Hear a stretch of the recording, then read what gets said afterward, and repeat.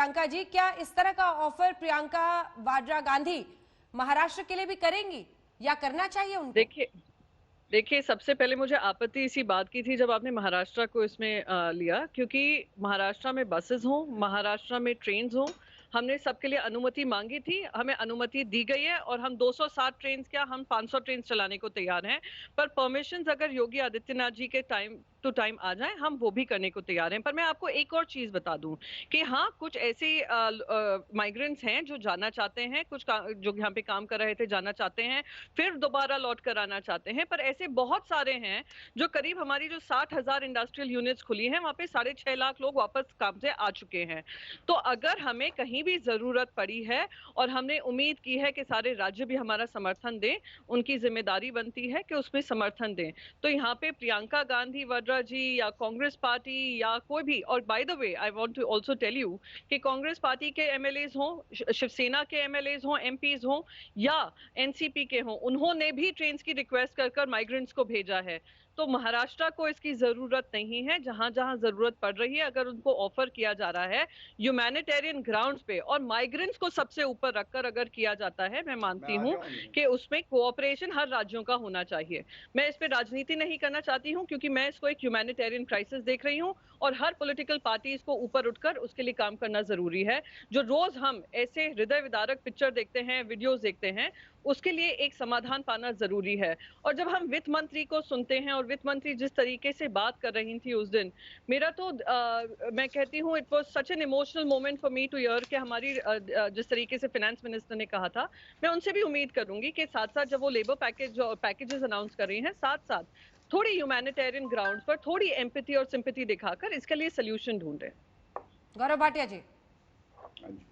देखिए, दोनों जो प्रवक्ता हैं उनकी बात का उत्तर देता हूं। सबसे पहले तो कहा गया था अंजना जी की 5 बजे 1000 बस खड़ी हो जाएंगी। 6:18 जो है आप ही का चैनल दिखा रहा है। अखिलेश जी से ये जरूर पूछिएगा 1000 बस वो कहां खड़ी हैं। दूसरी बात देखिए, कांग्रेस को आगरा अक्सर तक पहुंच गई है, आगे की परमिट इजाजत ही नहीं मिल रही। वो आगरा से अभी छत्तीसगढ़ से उड़ के महाराष्ट्र पहुंचेंगी, वहां से उड़ के पंजाब जाएंगी, वहां ये बसें खड़ी मैं अंजना जी अपनी बारी में बोलना चाहूंगा, मेरे बीच में कोई ना बोले। अखिलेश जी वो जवाब दे ले, फिर मैं फौरन आपके पास आती हूँ, प्लीज पूरी कीजिए गौरव भाटिया। तो मैंने तो केवल एक प्रश्न किया है, इसमें नाराज होने की कोई बात नहीं है। ठीक है, आपने गलत नंबर दे दिया आनन फानन में, कुछ तिपहिया निकले, कुछ 2 पहिया वाहन निकले, एम्बुलेंस निकली, सब ठीक है। 1000 बस कहां खड़ी है? आपने कहा था गाजियाबाद और नोएडा बॉर्डर पे पहुंच जाएंगी 5 बजे, देश को बता दीजिएगा। दूसरी बात, मैंने आपसे प्रश्न किया, जो आपके राज्य हैं जहां कांग्रेस की सरकारें हैं, वहां पे केंद्र सरकार ने तो कार्य किया ही है। हमने तो श्रमिक ट्रेन चलाई हैं, 1400 से ज्यादा, 15 लाख करीब श्रमिक मजदूर अपने घर पहुंचे हैं इन्हीं ट्रेनों की वजह से। आपने क्या किया है ये जरूर बताइएगा। मेरा तीसरी बात, मैं महाराष्ट्र पे टिप्पणी कर लूं। देखिए, महाराष्ट्र की हालत क्या है हम सब जानते हैं। सबसे ज्यादा जो संक्रमित केसेस आ रहे हैं महाराष्ट्र से आ रहे हैं, और बांद्रा स्टेशन पे इससे पहले भी किस तरह से यही सरकार के लोगों ने अफवाह फैलाई कि मजदूर किसी तरह से महाराष्ट्र छोड़ के चला जाए।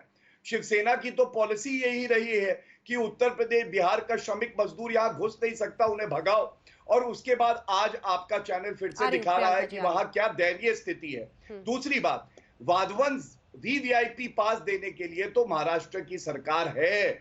वीवीआईपी हिल स्टेशन जाएंगे, लोखंड वाला जाएंगे, लेकिन श्रमिक मजदूरों के लिए उनके पास कुछ भी नहीं है। और तीसरी बात, हमने देखा लॉकडाउन के, 1 मिनट बस अंजना जी और लूंगा, लॉकडाउन के दौरान हमने देखा पालगढ़ में साधुओं को कैसे मार दिया गया, 144 धारा का उल्लंघन हुआ, उसके बाद भी यहाँ पे आके सीख देते हैं।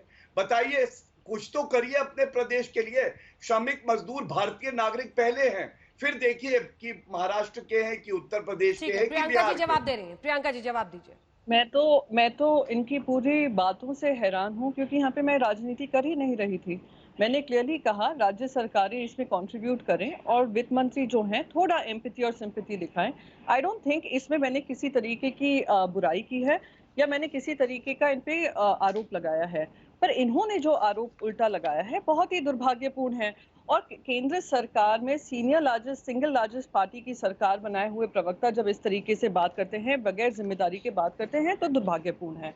सबसे पहले तो उनको बता दूं कि अगर वो महाराष्ट्र का कहीं भी बातचीत हो तो आपको पता चल जाएगा कि शिवसेना के अंतर्गत आज हमारे जो भी माइग्रेंट लेबरर्स हैं, और सिर्फ उत्तर प्रदेश के ही नहीं है, बिहार से हैं, उड़ीसा से हैं, कर्नाटक से हैं, गुजरात से हैं, केरल से हैं, सबका किस तरीके से ख्याल रखा गया है। वो तो बहुत सारे वीडियोस जनता के सामने आए हैं कि जब वो उत्तर प्रदेश जा रहे हैं, वो कह रहे हैं हम महाराष्ट्र में ही भले थे, एटलीस्ट हमारी सरकार हमारा ध्यान तो दे रही थी वहां पर, हम जैसे ही ये खत्म होगा हम वापस महाराष्ट्र जाना चाहते हैं।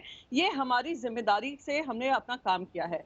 रही बात आंकड़ों की, मैं अगर अब थोड़ा सा भी अगर आप रुक कर कंपैरिजन कर लें गुजरात को बाकी अपने राज्यों में जहां पे शासन है आप लोगों का, आपको पर मिलियन टेस्ट से ही पता चल जाएगा कि क्या आप लोगों का हाल है। और ज्यादा केसेस आपको इसलिए दिख रहे हैं क्योंकि हमने 20% से ज्यादा इस देश में जो टेस्ट हुए होंगे वो महाराष्ट्र में हुए हैं, और महाराष्ट्र ने अपने फिगर्स ट्रांसपेरेंट रखे हैं।